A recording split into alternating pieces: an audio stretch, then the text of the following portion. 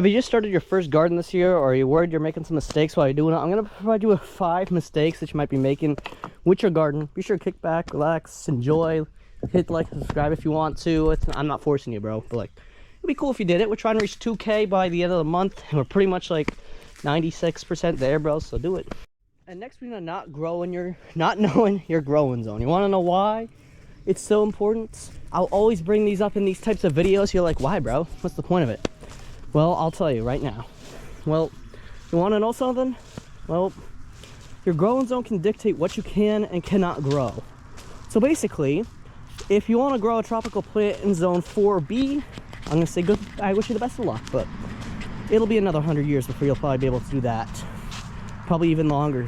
So I'd say look up your growing zone, as it could really help you into knowing what you should be able to grow in your garden. I'm personally in 6B, so I have a ton of freedom to grow a lot of stuff in my garden, but because I'm not in a higher zone, I can't grow everything. So I can't be growing these banana plants in my garden.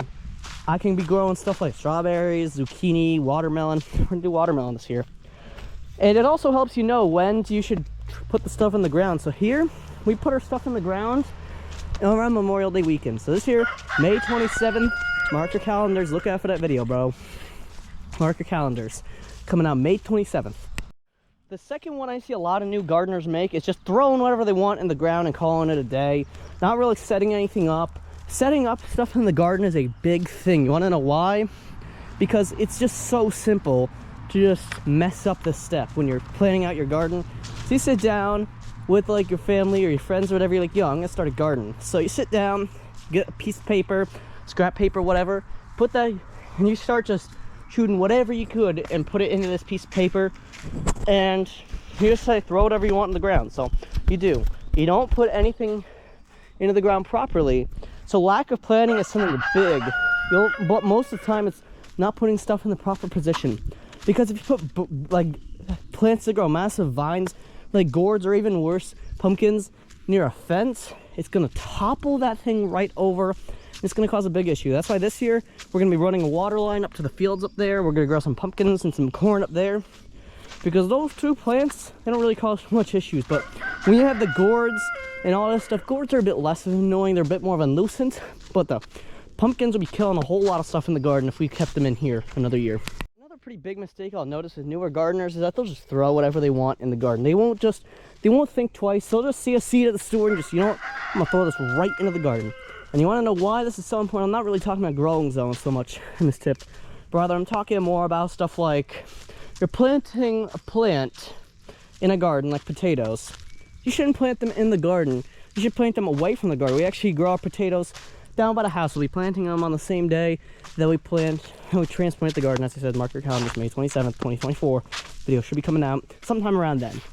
Or at the very latest, like June 2nd or 3rd. But we don't talk about that.